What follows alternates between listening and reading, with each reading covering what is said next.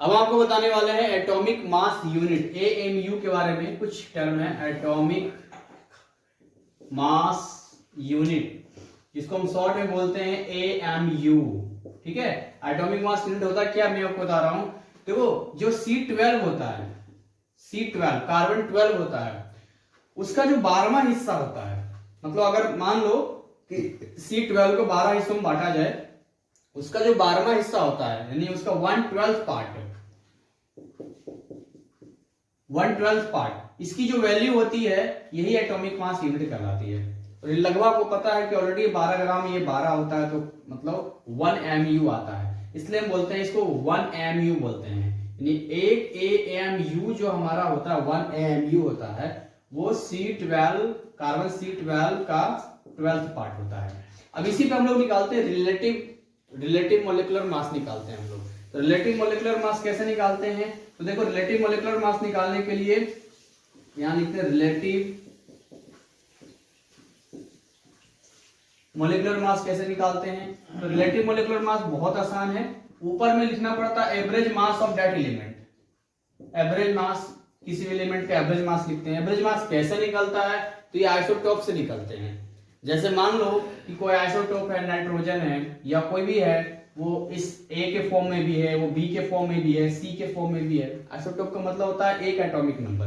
ठीक है, तो आइसोटोप्स होते हैं, उनमें परसेंटेज देखा जाता है, ये कितना परसेंट, ये कितना परसेंट, तो इस तरह से एक एवरेज मास निकाला जाता है। वो डिटेल नहीं आपको बता रहा हूं मैं, बस ये बता रहा हूं एवरेज मास निकाला जाता है। और नीचे हम क्या लिखते हैं यहाँ पर C12 मास का 1/12 पार्ट यानी AMU लिखते हैं। ये C12 पार्ट का 1/12 पार्ट लिखते हैं। ये तो ये जो हमारा रेशियो होता है ये रिलेटिव मोलिकुलर मास होता है। बाकी आप अपने जो भी आपके पास बुक होगी उसमें आप देख लेना, छोटी छोटी चीजें हैं जो आपसे अगर डेफिनेशन वगैरह पूछे तो आप बता सकते हो। अब मैं जो आपको इसमें बताने वाला हूँ वो बताने वाला हूँ मोलर वॉल्यूम के बारे में। मोलर वॉल्यूम जानना आपके लिए बहुत जरूरी है। फिर उसके बाद मैं मोलिकुलर फार्मूला के बारे में बताऊंगा, एम्पिरिकल फार्मूला के बारे में बताऊंगा। तो मेरी कोशिश होगी कि हर एक टॉपिक को कवर करूं, कोई टॉपिक छूट ना जाए। अगर कोई छोटे मोटे छूटता भी है तो इतना जानकारी मैं दे रहा हूँ, पढ़ लोगे तो आपको कवर हो जाएगा, इससे चिंता मत करना। तो देखो मैं आपको बताने वाला हूँ मोलर वॉल्यूम के बारे में। वॉल्यूम को जनरली हम किस चीज में लिखते हैं, वॉल्यूम को हम किस में लिखते हैं, लीटर में लिखते हैं। तो वॉल्यूम कहता है, मोलर वॉल्यूम कहता है यहाँ पे कि जितने भी गैसेस हैं, ऑल गैसेस एट एसटीपी, इसका फुल फॉर्म क्या होता है, standard temperature and pressure. STP standard temperature and pressure. तो टेम्परेचर कितना होना चाहिए, तो टेम्परेचर होना चाहिए 0 डिग्री सेल्सियस या 273 केल्विन। ठीक है, वो फार्मूला होता है ना K = C + 273 कन्वर्ट करने का। और प्रेशर कितना होना चाहिए 1 बार या 760 mm ऑफ Hg। इस तरीके से इसको बोलते हैं स्टैंडर्ड टेम्परेचर एंड प्रेशर। जैसे एसटीपी बोले आप समझ जाना है। तो ऑल गैसेस एट एसटीपी, इनका जो मोलर वॉल्यूम होता है वो कितना होता है 22.7 लीटर होता है। मोलर वॉल्यूम मतलब 1 मोल हो गया ना, ये 1 मोल। मोलर वॉल्यूम मतलब 1 मोल, 1 mole of all gases, 1 mole of all gases STP ये हो गया। जैसे मैंने आपसे पूछा 1 मोल N2 एट एसटीपी, तो 1 मोल नाइट्रोजन गैस की यदि बात करते हैं हम, तो इसका कितना वॉल्यूम होगा इसका, तो वही होगा 22.7 लीटर होगा। यदि मैं आपसे पूछूं 1 मोल H2 एट एसटीपी, तो वही हो जाएगा 22.7 लीटर हो जाएगा। अगर मैं 10 मोल की बात करूंगा तो फिर 10 से मल्टीप्लाई करना पड़ेगा आपको। तो ये मैंने आपको मोलर वॉल्यूम बता दिया। इसका इस्तेमाल अभी होने वाला है, हार्वेस्ट प्रोसेस होता है नाइट्रोजन के मैन्युफैक्चरिंग का, तो वो डिटेल तो मैं नहीं बताऊंगा, लेकिन उसका इक्वेशन जरूर बताऊंगा कि उसमें क्या इक्वेशन होता है। इक्वेशन का अमोनिया बनता है, अमोनिया क्या इस्तेमाल होता है। उससे पहले एक चीज मैं आपको क्लियर कर देता हूं। एक होता है मोलिकुलर फार्मूला और एक होता है एम्पिरिकल फार्मूला। ये दो चीज आप समझ लो, इसके ऊपर आपके क्वेश्चंस होते हैं जो मैं 1-2 क्वेश्चन सोल्व करवा दूंगा आपको। मोलिकुलर फार्मूला और एम्पिरिकल फार्मूला को हम लोग समझते हैं। जैसे मान लो कि कोई हम लेते हैं H2SO4, मैं कुछ ऐसे लेना चाहता हूं एलिमेंट जो आपके बुक में है, जो आपको बेसिकली पूरा दिखाई दे, ठीक है। तो जैसे मैंने लिया है यहाँ पर, आपको ग्लूकोज का फॉर्मूला लेते हैं, ग्लूकोज का, क्योंकि ऐसा है ना कि आपको वही चीजें पढ़नी है, तो कुछ नया लूंगा तो आपके लिए वो चीजें नई हो जाएंगी फिर। तो ग्लूकोज C6H12O6 होता है ये। तो ये जो मैंने ग्लूकोज का फार्मूला लिखा है, ये मोलिकुलर फार्मूला है। C6 यानी 6 कार्बन आइटम है, 12 हाइड्रोजन आइटम है और 6 ऑक्सीजन आइटम है। आप चाहो तो मोलिकुलर फार्मूला मास भी बता सकते हो, एक एक जोड़ जोड़ के मल्टीप्लाई कर करके। तो ये फार्मूला मोलिकुलर फार्मूला कहलाता है। ये होता है इंपेरिकल फार्मूला। इंपेरिकल फार्मूला बहुत ही सिंपलेस्ट होता है। जैसे देखो सिंपलेस्ट कैसे निकलता है, 6 12 6। तो इसका सिंपल क्या बनेगा, इसका सिंपल ये बनेगा, यहां से अगर 6 हटा दिया जाए, कॉमन पार्ट हटा दो, यहां से 6 हटा दो, तो जहां 6 सब में 6 6 से डिवाइड करेंगे तो ये बन जाएगा CH2O। यहाँ रेशियो है 6 12 6। यहाँ और सिंपल बन जाएगा 1 to 1 1 to 1। तो जब इसको आखिर सिंपलेस्ट रेशियो तक ले जाते हैं तो इसको हम लोग बोलते हैं इंपेरिकल फार्मूला, इसको हम बोलते हैं। अच्छा, मॉलिक्यूलर फार्मूला से इंपेरिकल फार्मूला में कन्वर्ट करने के लिए आपको इस तरह क्वेश्चंस पूछते हैं कि आप इसका इंपेरिकल फार्मूला बताइए।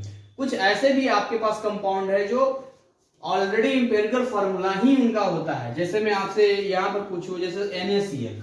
अब NaCl ऑलरेडी सिंपलेस्ट फॉर्म में 1:1 के फॉर्म में है, KCl ऑलरेडी 1:1 के फॉर्म में है। तो कुछ तो होते ही सिंपलेस्ट फॉर्म में जो इसके छोटा आप नहीं कर सकते, तो ऑलरेडी इंपेरिकल फार्मूला में आता है। लेकिन कुछ होते हैं मॉलिक्यूलर फार्मूला में होते हैं। तो इसके हिसाब से मैं क्वेश्चन आपको करके दिखाना चाहता हूं। यहाँ पे ये क्वेश्चन मैं कर देता हूं आपको, ताकि आपको ये चीजें क्लियर हो जाए, समझ में आ जाए। क्योंकि ये क्वेश्चन मुझे ऐसा लगता है बहुत फेमस है, हमारे CBSE में भी पूछा जाता है। तो हाजिर हो जाओ भाई जल्दी से। ये हाजिर हो गया। तो अब इससे पहले एक बार परसेंटेज भी पढ़ लेना पड़ेगा आपको। परसेंटेज कहाँ गया? एक बढ़िया क्वेश्चन मैं आपको करवाता हूँ परसेंटेज का। एक क्वेश्चन मैं लिख रहा हूँ, जरा ध्यान समझना आप। ये आपके इंटेक्स क्वेश्चन 1.6 का है। इसमें आपको परसेंटेज लिखना सिखा दूंगा और इंपेरिकल फार्मूला भी लिखना अगले क्वेश्चन में बताऊंगा। ये पूछ रहा है for the compound Fe3O4 calculate percentage of FeNO oxygen.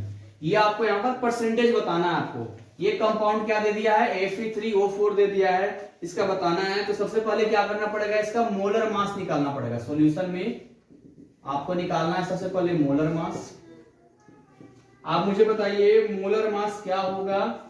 तो आप पूछेंगे सर कितना होता है Fe को आयरन बोलते हैं। यहाँ पर Fe का जो होता है लैटिन नेम फेरस होता है, आयरन का नाम, आयरन का ही लैटिन नेम है। ये होता है 56 ग्राम होता है। ये 56 ग्राम लिख सकते हैं, AMU लिख सकते हो। इसको ग्राम पर मोल अब लिखा करेंगे। तो क्या लिखेंगे, ग्राम पर मोल लिखेंगे।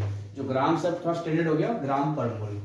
तो 56 ग्राम पर मोल होता है। ऑक्सीजन का आपको मालूम है, ऑक्सीजन कितना होता है, 16 होता है। तो फटाफट जरा कैलकुलेशन करो। 3 इंटू यहाँ पर आप लिख दो 56 + 4 × 16। तो टोटल मल्टीप्लाई करके यहाँ आ रहा है 232 ग्राम पर मोल। यहाँ पर ये आ गया, आपका मोलर मास आ गया। तो होता क्या है ना कि जब भी आपको कोई कंपाउंड दिया जाए, जैसे मान लीजिए दिया जा रहा है Fe3O4 पूरा कंपाउंड दिया जा रहा है। इन कंपाउंड के अंदर जो एलिमेंट्स हैं, जैसे 2 एलिमेंट है, आयरन है और ऑक्सीजन है, इन दोनों का अगर आपसे पूछता है कि इसका परसेंटेज बताइए, तो इसका फॉर्मूला लिखने का तरीका है। जैसे अब यहाँ पर ये Fe का परसेंटेज में लिखूंगा यहाँ पे।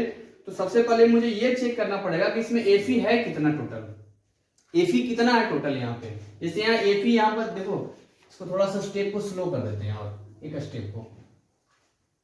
जैसे यहाँ ये टोटल Fe 168 है और ये हो गया 64, तब ये आ गया 232 आ गया ग्राम पर मोल आ गया यहाँ पर ये।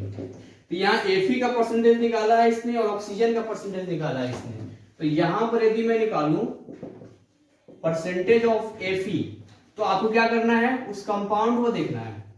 उस कंपाउंड को देखना है कि उसमें टोटल कितना है वो एलिमेंट है। तो टोटल एलिमेंट कितना है, 168 है ये, ठीक है। 168 अपॉन नीचे आपको लिखना है total molar mass, total compound का। ये कितना है, 232 ग्राम पर मोल और ये ग्राम पर मोल। तो ये कैंसिल, ये कैंसिल, और मल्टीप्लाई बाय 100। मतलब एक बेसिक फॉर्मूला बता रहा हूं, जिसका भी निकालना है उसका मास, जिसका भी निकालना है उसका मास। जैसे बहुत इजी समझाता हूं, मान लो ये दो दोस्त हैं, ये दो दोस्त हैं, ये है राम और इसका दोस्त है मोहन। इजी समझाता हूं। अब हुआ क्या है यहाँ पे कि राम ने लगाया 200 रुपये और मोहन ने लगाया 500 रुपये, दोनों का सम करके आ गया 700 रुपये। अब आपसे पूछेगा कि राम ने जितना पैसा लगाया है उसमें कितना परसेंट टोटल है, कितना परसेंट राम ने लगाया, कितना परसेंट मोहन ने लगाया है। तो क्या सिंपल है, राम ने जितना लगाया है, जितना अमाउंट राम का इसमें लगाया हुआ है ऊपर लिख दो और नीचे टोटल लिख दो। यानी कि यहाँ 2/7% जो है राम ने लगाया है और यहाँ पर 5/7% जो है वो मोहन ने लगाया है। क्लियर? तो यहाँ पर भी वैसे ही करते हैं, क्वेश्चंस बदलते जाएंगे, तरीका वही होगा, कंसेप्ट वही होगा। ठीक है, तो यहां से आप कैलकुलेशन करोगे, कैलकुलेशन करने के बाद मैं डायरेक्टली कर देता हूं। एक का इसका आंसर आएगा आपका 72.41%। कैलकुलेशन कर लेना और देखो परसेंटेज ऑफ ऑक्सीजन यदि निकालते हैं तो टोटल ऑक्सीजन देखो 64 है, ये 64 ग्राम पर मोल अपॉन 232 ग्राम पर मोल, यूनिट कट गया अपॉन इंटू 100, इसका सोल्व करके आएगा 27.59%। और मजे की बात बता है कि इन दोनों को जब ऐड करोगे तो 100 आ जाएगा, 100%, यानी कि दोनों को जोड़कर 100% हुआ है। तो इस तरीके से बहुत सारे क्वेश्चंस आपके सामने आएंगे। एक कंपाउंड आपको दे देगा, उसके अंदर पूछेगा इसका परसेंटेज निकालो, इसका परसेंटेज निकालो। हाँ, तो मैं आपको क्या बताने वाला था, मैं आपको बताने वाला था कि मोलिकुलर फार्मूला से हम कैसे इंपेरिकल फार्मूला निकालते हैं, उस तरह से किस तरह के क्वेश्चंस हमारे सामने पूछे जाते हैं, तो वो मैं आपको बताने वाला हूं। कुछ बेसिक जानकारी मैं आपको देना चाहता हूं। जैसे मान लो यहाँ पर मैं एक एग्जांपल लेता हूं, यहाँ पर इस बुक में यहाँ पर दिया है CO2H2O। मैं क्वेश्चन लिख दूं क्या यहाँ पे, on combustion of 2.4 gram of compound, carbon है, हाइड्रोजन है और ऑक्सीजन है, CO2, okay, CO2 and H2O combustion, तो ये CHO का लिखना है। मैं लिखता हूं यहाँ पर कुछ वर्डिंग प्रॉब्लम लिख रहा हूं, फिर इसको मैं एक इक्वेशन में सेट कर दूंगा। Combustion of 2.4 gram compound of carbon, hydrogen and oxygen, तो किसका क्या हो रहा है, कार्बन है इसमें, ऑक्सीजन है और हाइड्रोजन है। ये तीन एलिमेंट लिया इन्होंने, मतलब एक कंपाउंड है, एक कंपाउंड इन्होंने लिया है, उसमें कार्बन लिया है इन्होंने, ऑक्सीजन लिया है और हाइड्रोजन लिया, केमिकल कंबस्टन का इन्होंने लिया है। अब इसमें आपको पता क्या मालूम होना चाहिए, आपको मालूम होना चाहिए इनके परसेंटेज मालूम होना चाहिए कि कितना कितना परसेंट है ये। अगर नहीं दिया है तो कुछ क्लू देगा क्वेश्चन जो आप परसेंट में कन्वर्ट कर दोगे।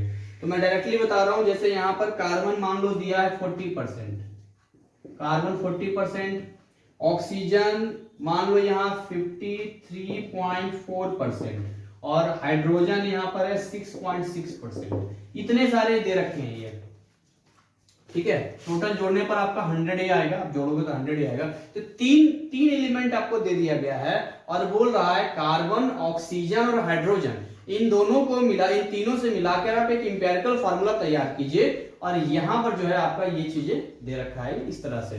तो यहां पर जब आप निकालते हैं भाई, तो कैसे निकालते हैं यहाँ पे, यहाँ निकालने के लिए कुछ चीजें आपको ध्यान रखना पड़ेगा। जैसे यहाँ पर आप लिखना एलिमेंट, बेसिक चीजें मैं बता रहा हूँ, देखना पड़े। चार्ट बनाते हैं हम लोग, ये चार्ट समझ गए तो सारी चीजें समझ में आ जाएगी। ये एलिमेंट लिख दो, कार्बन है और क्या क्या है, हाइड्रोजन है और ऑक्सीजन है, तीन है ये, कार्बन, हाइड्रोजन और ऑक्सीजन। इनके आप परसेंटेज लिख दो, कितना कितना है, कार्बन है 40% और हाइड्रोजन हमारा है 6.6%, ऑक्सीजन हमारा है 53.4%। अब क्या करना है आपको, यहाँ पर रिलेटिव नंबर ऑफ आइटम्स, मतलब यहाँ ये काम करना है। जैसे ये 40 है, यहाँ 40 लिख दिया, तो 40 लिखने के बाद इसमें डिवाइड करना है इनके एटॉमिक मास से। बहुत बेसिक बता रहा हूँ, इनके कार्बन का एटॉमिक मास कितना होता है, 12 होता है, तो 12 12 से डिवाइड कर दिया। 6.6 है, 6.6 में जिसका भी लेंगे उसके एटॉमिक मास से डिवाइड कर देंगे उनके परसेंटेज में, तो ये 1 ग्राम होता है, तो 1 ले लिया। यहाँ 53.4 है, तो यहाँ कितना ले लिया हमने, 16 ले लिया, तो हमने इनसे डिवाइड कर दिया। इनको आपको लिखा रिलेटिव नंबर ऑफ एटम्स, यानी percentage upon atomic mass, percentage upon atomic mass, ये लिखा है ये। तो यहां पर जब आप निकालोगे, जैसे ये आ गया 3.3 आ गया, ये आपका 6.6 आ गया और ये 3.3 आ गया। जब आपका ये आ जाता है तो अभी आप देखो ध्यान से, ये 3.3 है, ये 6.6 है और ये 3.3 है, यानी ये इंटीजर्स नहीं है, यानी कि एक जो नंबर 1 2 3 4 टाइप का होता है उस तरह का नहीं है यहाँ पर। तो इसको हम लोग क्या करते हैं, सिंपलेस्ट रेशियो निकालते हैं।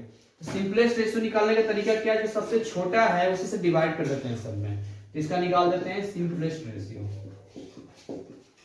इसका हमने निकाल दिया, सिंपलेस्ट रेशियो निकाला, देखो 3.3 अपॉन 3.3, 6.6 अपॉन 6.6, 3.3 अपॉन 3.3, तो ये 1 आ गया, और सॉरी ये 3.3, ये 2 आ गया और ये 1 आ गया, यानी कि कार्बन की संख्या 1 आ रही है, हाइड्रोजन 2 आ रहा है। सिंपलेस्ट रेशियो जो यहाँ पर बनेगा वो यहाँ साइड में लिख देता हूं, यहाँ पर आपका 1:2:1 का रेशियो बनेगा यहाँ पर, यानी कि कार्बन 1 होगा, उसके बाद हाइड्रोजन 2 होगा, ऑक्सीजन 1 होगा। ये इंपेरिकल फार्मूला बन गया हमारा, ये हमारा आंसर है, ये आंसर बन गया हमारा CH2O, ये बन गया आंसर।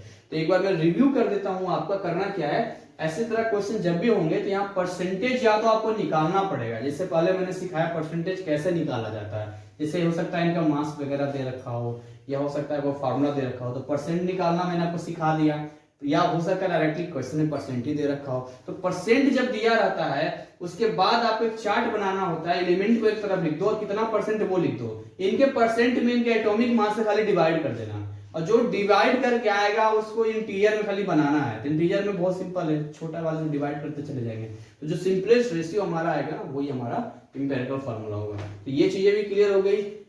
इस टॉपिक में लास्ट बट नॉट लीस्ट, एक लास्ट बहुत ही बढ़िया कंसेप्ट छूटा हुआ है, वो कंसेप्ट के बिना ही चैप्टर अधूरा है, जिससे आप डरते हो, वो मैं आखिरी में ब्रह्मास्त्र जो बोलते हैं वो बताने वाला हूं आपको। आपने अभी तक पेशेंस बना कर रखा, इसके लिए मैं आपको बहुत शाबाशी दूंगा, बहुत बहादुर हो। देखो मैं आपको ये बताना क्या चाहता हूं, एक क्वेश्चन करवाऊंगा, उससे सारे क्लियर हो जाएगा, कोई भी एक क्वेश्चन करवा दूंगा। अच्छा एक वर्ड पहले मैं क्लियर कर देता हूं, इसमें है लिमिटिंग रिएजेंट, वो पहले क्लियर कर देता हूं मैं, लिमिटिंग रिएजेंट क्या होता है, फिर मैं क्वेश्चन करवा दूंगा। एक वर्ड है लिमिटिंग रिएजेंट, लिमिटिंग रिएजेंट एक वर्ड है। लिमिटिंग रिएजेंट वो होता है कि जब हम 2-3 रिएक्टेंट लेते हैं, जैसे मान लो हमने लिया A + B और बन गया C + D, तो लिमिटिंग रिएजेंट क्या होता है कि रिएक्शन, जैसे मान लो कि अभी B का मटेरियल पहले ही खत्म हो गया, A के पास था, A के पास मान लो 10 है, A के पास 10 है और B का पास मान लो कि और होना चाहिए था, लेकिन 5 होना चाहिए था, लेकिन 2 ही है इसके पास। तो इसके पास भले ही 10 है लेकिन इसके पास तो 2 है, इसके 2 से तो रिएक्शन कर पाएगा और उसी हिसाब से प्रोडक्ट बनेगा। तो लिमिटिंग रिएजेंट का मतलब होता है एक ऐसा रिएजेंट, रिएक्टेंट जो रिएक्शन को रोक देता है, पहले ही खत्म हो जाता है, पहले ही खत्म हो जाता है वो रिएक्टेंट, रिएक्शन को ही रोक देता है। तो मैं इसको वर्डिंग में लिख देता हूं, ये लिखा है इसने, it is the reagent which amount becomes zero, amount become zero before all other reactants. अभी इसका जीरो नहीं हुआ है भाई, इसका जीरो होता समझ में आता कंप्लीटली काम हुआ है, लेकिन इसका जीरो नहीं हुआ, इसका भी बचा हुआ, लेकिन इससे पहले ही ये स्वाहा हो गया।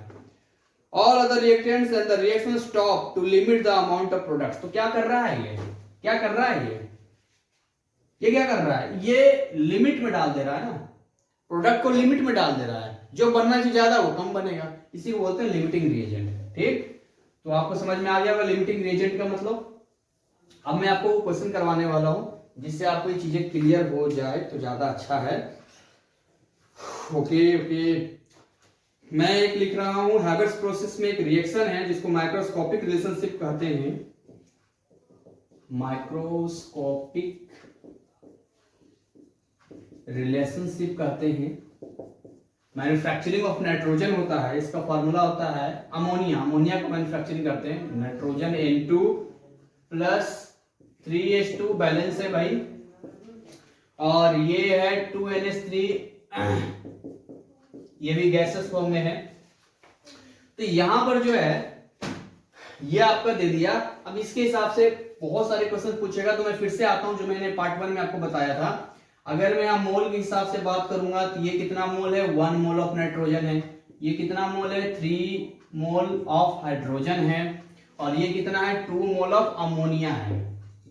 यानी हम ऐसे से समझेंगे कि जब 1 मोल नाइट्रोजन लेते हैं और 3 मोल हाइड्रोजन लेते हैं तब 2 मोल अमोनिया बनता है।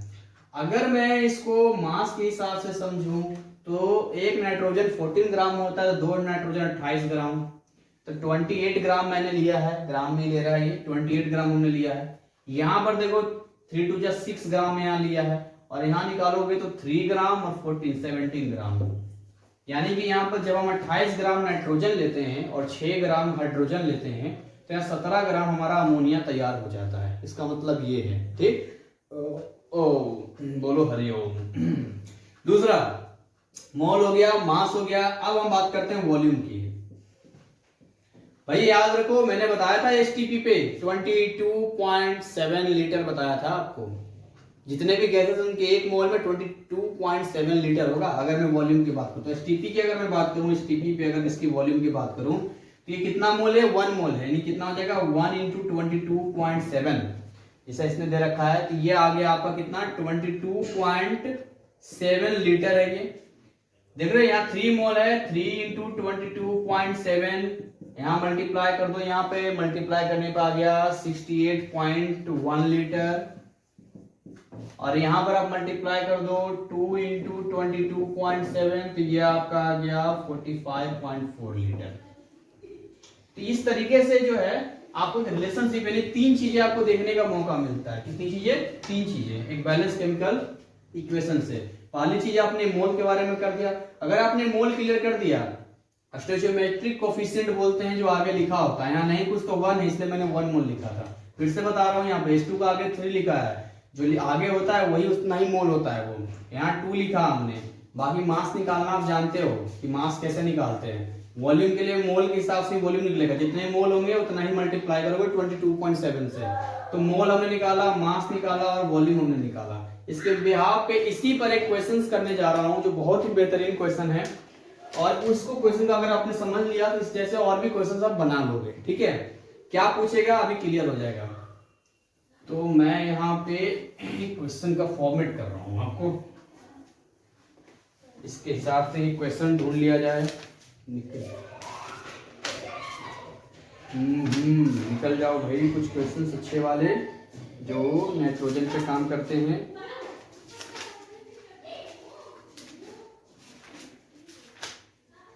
यस यस, निकल गया भाई, निकल गया। ये कह रहा है in the manufacture of ammonia by Haber's process nitrogen react with hydrogen at high temperature and high pressure in the presence of a catalyst and gives ammonia. और रिएक्शन ये दे रहा है, ये रिएक्शन ये अपना दे रहा है N2 gaseous plus 3H2 gaseous, और ये दे रहा है 2NH3 गैसियस, ये दे रहा है। अब ये पूछ रहा है how much hydrogen would be needed to produce 1 metric ton of ammonia. How much hydrogen, how much hydrogen would be needed, कितनी जरूरत होगी, कब, जब हमें क्या चाहिए, टू प्रोड्यूस। समझना इस लाइन को जरा, मैं इसलिए लिख रहा हूं, to produce 1 metric ton of ammonia. ये आपसे पूछ रहा है हाउ मच, ये क्वेश्चन मार्क है। आपसे ये पूछ रहा है कि हाउ मच हाइड्रोजन, कितना हाइड्रोजन हमें जरूरत पड़ेगा, कितना हाइड्रोजन की जरूरत पड़ेगा जब हमें 1 मेट्रिक टन अमोनिया चाहिए। अच्छा मेट्रिक टन, ओके। देखो भाई एक चीज इसका शुरुआत में छूट गया था, मैं बताता हूँ। यहाँ पर प्रेफिक्स दे रखा है, जैसे कि किलो का मतलब 10⁻³ होता है, जैसे किलोग्राम, तो 10⁻³ मतलब 1000 होता है, तो 1000 से मल्टीप्लाई करेंगे। तो इसको आप याद रख लेना। हेक्टा एच होता है 10⁻², डेका, डेसी, सेंटी, मिली, माइक्रो, नैनो, पिको, ये सब आपने याद कर लेना कितने के 10 की पावर होता है। तो ये हमसे क्या पूछ रहा है, 1 मेट्रिक पूछ रहा है ये। तो 1 मेट्रिक मतलब कितना होता है, यहाँ पर आपको देखना पड़ेगा कि 1 मेट्रिक में कितना जाएगा ये। तो 1 मेट्रिक में होता है 1000 केजी होता है 1 मेट्रिक में। तो मैं यहाँ जरा इक्वेशन सेट करके लिख देता हूँ यहाँ पे। ये हमसे क्या पूछ रहा है भाई, 1 मेट्रिक टन। तो 1 मेट्रिक टन का मतलब होता है 1000 केजी। 1000 केजी है यहाँ पे, ओके। यानी इसको मैं क्या लिख सकता हूँ, 10⁻³ केजी भी लिख सकता हूँ। चलो अब सॉल्यूशन पे आते हैं अपन। हम लिखते हैं जरा equation, N2 gaseous form, 3H2 gaseous और 2NH3 गैसियस। लिख दिया हमने। अब देखो इसका 1 मोल, इसका 3 मोल और इसका कितना मोल, 2 मोल। ये भी हमने लिख दिया। चलो ग्राम में भी लिख देते हैं। ये है 28 ग्राम, ये आपका 6 ग्राम, और ये अभी कितना निकाला था हमने, NH3, यानी कि 17 दूनी 34, ये हो गया 34 ग्राम। ये हमने सारा लिख दिया। अब देखो ध्यान से, क्वेश्चन फिर से पढ़ रहा हूं। How much hydrogen would be needed, how much hydrogen, how much hydrogen कितना होगा, कब, जब अमोनिया यानी NH3, अमोनिया मतलब NH3 कितना बनना चाहिए, 1 मेट्रिक टन बनना चाहिए, यानी कि 10⁻³ इतना, एक 1000 केजी बनना चाहिए। तो जब 34 ग्राम, ध्यान से देखो, जब 34 ग्राम अमोनिया बनने में 6 ग्राम हाइड्रोजन की जरूरत पड़ रही है। क्या कर रहा हूं मैं, 34 ग्राम अमोनिया बनने में 6 ग्राम हाइड्रोजन की जरूरत पड़ रही है। तो क्या नहीं निकाल सकते, 1 ग्राम में कितना जरूरत पड़ेगा। जब 1 का निकल जाएगा तो चाहे 1 लाख का पूछे चाहे 1000 पूछे, बता दोगे ना यहाँ पे। तो आप समझ में आए यहाँ क्या इस्तेमाल है इनका। तो यहाँ क्या लिखेंगे, यहाँ लिखेंगे 34 ग्राम अमोनिया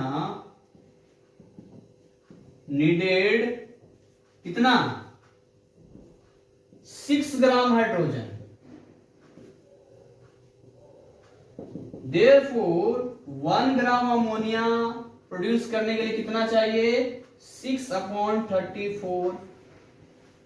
इसीलिए अगर मुझे 1000, अब देखो ये भी बड़ी बात हो गई यार, 1000 केजी है, हम ग्राम में डील कर रहे हैं, इसको चेंज करना पड़ेगा यहीं पर आपको। देखो यहाँ पर 10⁻³ मल्टीप्लाई 10⁻³ यानी कि 10⁻6 ग्राम हो गया। मैं बता रहा हूँ 1000, मतलब 1 केजी में ऑलरेडी 1000 ग्राम होता है, और ऑलरेडी 1000 केजी दे रहा है, तो 1000 से 1000 मल्टीप्लाई करोगे ना तो वो 6 जीरो हो गया ना, 10⁻6 ग्राम हो गया यहाँ पे।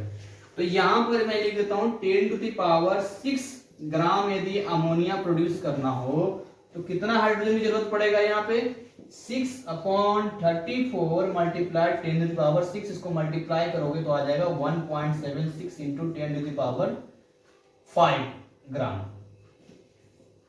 क्लियर हो गया आपको, मैंने क्या समझाने की कोशिश की आपको।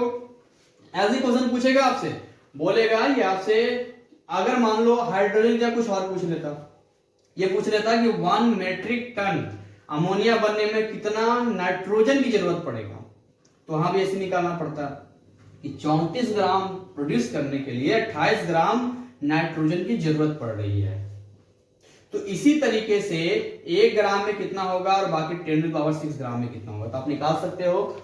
इसके बिहाफ पे बहुत सारे बेहतरीन क्वेश्चन आपको इसमें मिलेंगे, एक से एक क्वेश्चन मिलेगा। मैं इतना डिटेल हर क्वेश्चन को तो नहीं बता पाऊंगा, लेकिन इतना बता पाऊंगा कि इन्हीं का कुछ बस ये देखना सीख लो। 1 मोल यहाँ, इसके 1 मोल से इसका 2 मोल है, इसका 3 मोल से इसका 2 मोल है, तो सिंगल सिंगल आप कर लोगे। बहुत सारे क्वेश्चंस हैं, मैं क्या बताऊं, इतने बेहतरीन बेहतरीन क्वेश्चन। अगर इसका वीडियो बनाऊं तो बहुत लंबा हो जाएगा, मैं बहुत ही शॉर्ट ही निकालना चाह रहा हूं आपके यहाँ इसमें से। जैसे एक क्वेश्चन यहाँ पर दिया है ये कि what mass of oxygen required to react completely with 24 gram of CH4 in the following reaction and how much mass of CH4 would react with 96 gram of oxygen। मैं एक इक्वेशन लास्ट करता हूं ताकि आपको एक और आइडिया मैं आपको दे सकूं, क्योंकि इस तरह के स्टोइचियोमेट्रिक्स क्वेश्चन जो होते हैं वो जनरली ज्यादा पूछे जाते हैं। ये एक इक्वेशन दे रखा है आपको, CH4 ब्यूटेन हो गया ये गैसियस प्लस 2 इंटू ऑक्सीजन, और CO2 गैसियस प्लस 2H2O, ये लिक्विड फॉर्म में हो गया। तो ये आपसे पूछ रहा है what mass of oxygen is required, यानी ये पूछ रहा है आपसे what mass of oxygen is required to react completely with 24 gram of CH4, 24 gram of CH4, यानी ये दे रहा है आपको 24 ग्राम, ये 24 ग्राम दे रहा है। जब ये 24 ग्राम होगा तो ये कितना जरूरत पड़ेगा इसको इन द फॉलोइंग रिएक्शन। और बी पार्ट पूछ रहा है how much mass of CH4 would react with 96 gram of oxygen. तो ये ए पार्ट और बी पार्ट में लिख देता हूं। ए पार्ट में दे रहा है कि CH4 यदि 24 ग्राम है देन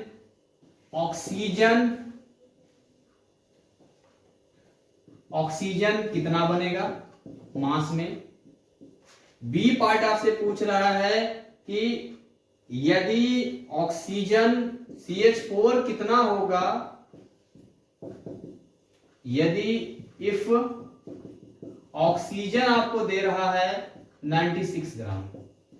देखो इस तरह क्वेश्चन पूछ रहा है, समझो इस बात को। करा है पहले पार्ट में ये फॉर्मेट आपका दे रखा है कि CH4 यानी कि ये ब्यूटेन जो है 24 ग्राम है, तब ऑक्सीजन कितना बनेगा। बी बात कर रहा है कि यदि ऑक्सीजन 96 ग्राम हो जाए तो ब्यूटेन कितना बनेगा। बिल्कुल नहीं डरना इनसे, बिल्कुल नहीं डरना, बहुत सिंपल काम करना है। वही काम करते हैं हम लोग, लिखते हैं इक्वेशन को CH4 gaseous plus 2O2 gaseous, CO2 gaseous plus 2H2O liquid.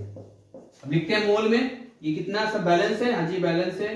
ये कितना है, ये है 1 मोल, ये कितना मोल है 2 मोल है, ये कितना मोल है 1 मोल है, और ये कितना मोल है ये 2 मोल है। जो ग्राम में भी लिख देते हैं CH4 का मतलब एक कार्बन 12 ग्राम और 4 हाइड्रोजन 4 ग्राम, तो ये कितना हो गया आपका 12 4 16 ग्राम हो गया। ये O2 तो O4 हो गया ना, 2 2 जा 4 यानी 16 इंटू 4 यानी 64 ग्राम हो गया यहाँ पे।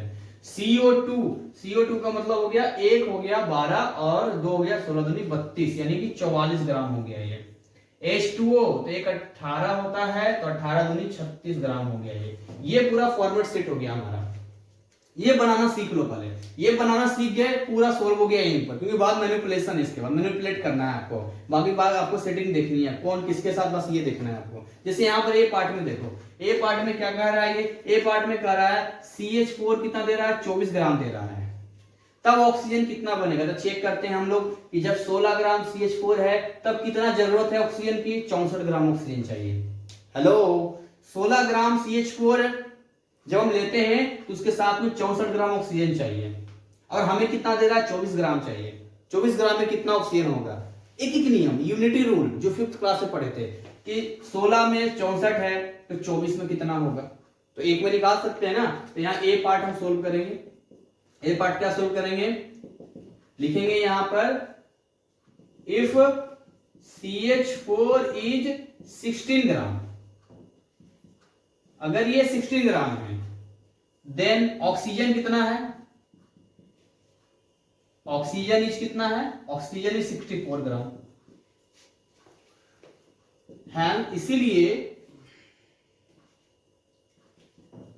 इफ CH4 इज 1 ग्राम, यदि ये 1 ग्राम होगा तो कितना होगा, तो ऑक्सीजन कितना हो जाएगा ये 64/16। अब जितना भी देगा उतना निकाल सकते हैं हम, यानी कि 24। अब ये CH4 यदि 24 ग्राम है तो हम निकाल लेंगे, कितना निकल जाएगा 64/16 इंटू 24, ये 4 हो गया और 4 4 जा कितना हो गया आपका 16 हो गया, ये 16 और ये 96 ग्राम। अरे वाह 96 ग्राम आ गया ये तो, तब ऑक्सीजन 96 ग्राम बन गया आपका। पहला पार्ट क्लियर हो गया। दूसरा पार्ट क्या कर रहा है कि यदि ऑक्सीजन 96 ग्राम है तो CH4 कितना बनेगा? देखो ये तो फिर से वही आ गया है, तो उसी रेसिप्रोकल हो गया फिर तो, या तो डायरेक्टली आंसर हो गया ये तो। जब 96 ग्राम ऑक्सीजन होगा तो CH4 ऑलरेडी कितना होगा? ऑलरेडी आपका 24 ग्राम होगा। या तो मैं क्वेश्चन मैं बदल देता हूं आपके सामने, थोड़ा मैं ट्विस्ट ला देता हूं क्वेश्चन में, यहां पर मैं 100 कर देता हूं, 100 कर देता हूं कि जब 100 ग्राम ऑक्सीजन होगा तब कितना होगा। तो फिर कैसे सोल्व करोगे इसको? क्या लिखोगे? अब ऑक्सीजन की बात चलेगी, देखो बी पार्ट मैं 100 कर देता हूं।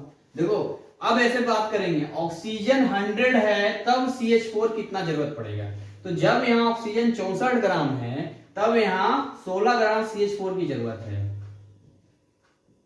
इफ O2 इज 64 ग्राम तब CH4 इज कितना? 16 ग्राम। इसीलिए जब 1 ग्राम ऑक्सीजन होगा हम लेंगे तो कितना CH4 हमें चाहिए होगा? तो 16/64, ठीक। अब इसीलिए जब 100 ग्राम हम ऑक्सीजन लेंगे तब कितना जाएगा?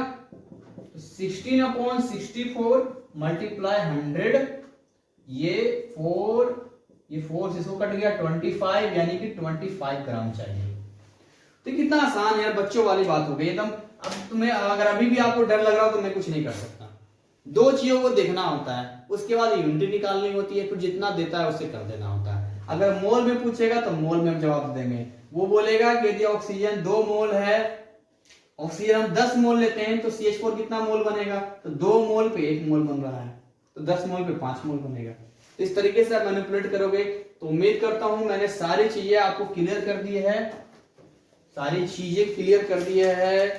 लगभग क्वेश्चंस मैंने आपको वो सारे बताए हैं, पूरा प्रॉपर टाइम दिया है आपको मोल्स निकालना सिखाया है कि मोल्स कैसे निकाला जाता है, मास में कैसे निकाला जाता है।